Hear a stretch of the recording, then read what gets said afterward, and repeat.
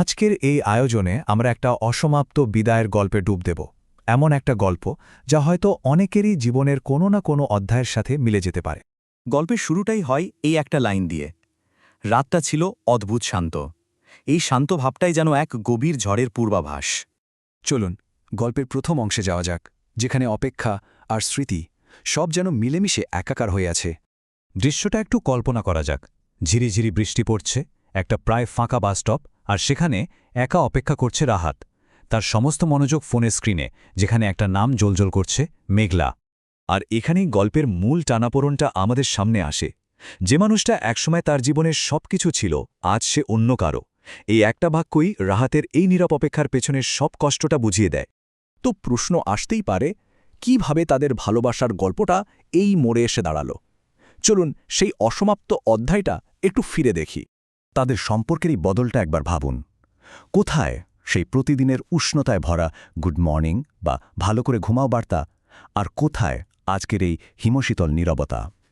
যে নীরবতা ভাঙল হঠাৎ আসা একটা মেসেজে।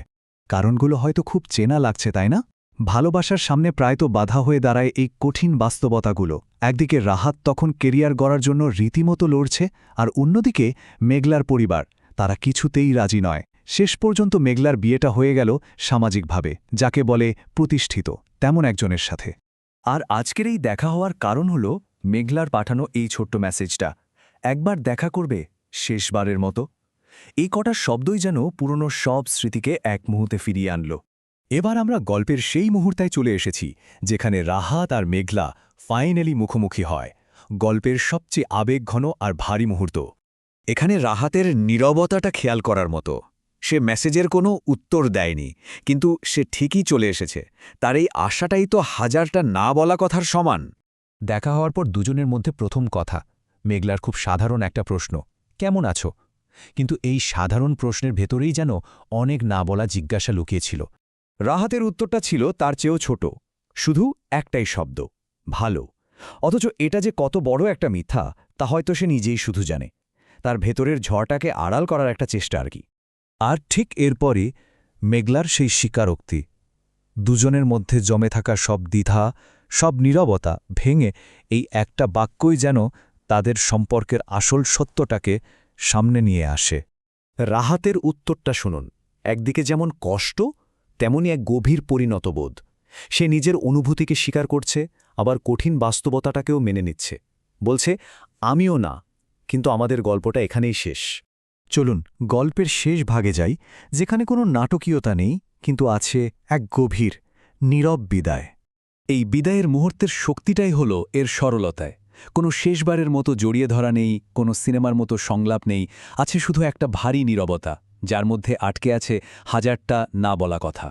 মেঘলা চলে যাওয়ার পর রাহাতের কাজগুলো পরপর ভাবুন। মেঘলা চলে গেল, রাহাত সেখানেই দাঁড়িয়ে রইল।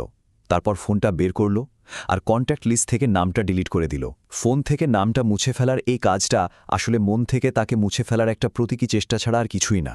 গল্পটা এখানেই শেষ হয়, কিন্তু রেখে যায় ভালোবাসা আর স্মৃতি নিয়ে এক গভীর উপলব্ধি।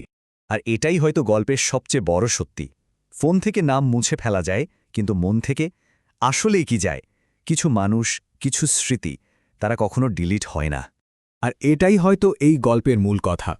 সব ভালোবাসার গল্প তো মিলন দিয়ে শেষ হয় না। কিছু ভালোবাসা হয়তো পূর্ণতা পায় না, কিন্তু অসমাপ্ত থেকেও সেগুলোই হয়তো জীবনের সবচেয়ে খাঁটি আর সত্যি অনুভূতি হয়ে থেকে যায়। এই গল্পটা আমাদের সবার জন্য একটা প্রশ্ন রেখে যায়। আর প্রশ্নটা হলো, কিছু মানুষকে কি সত্যি কখনো জীবন থেকে পুরোপুরি মুছে ফেলা যায়, নাকি তারা স্মৃতির গভীরে অন্য কোনো নামে, অন্য কোনো ভাবে সারা জীবন বেঁচে থাকে?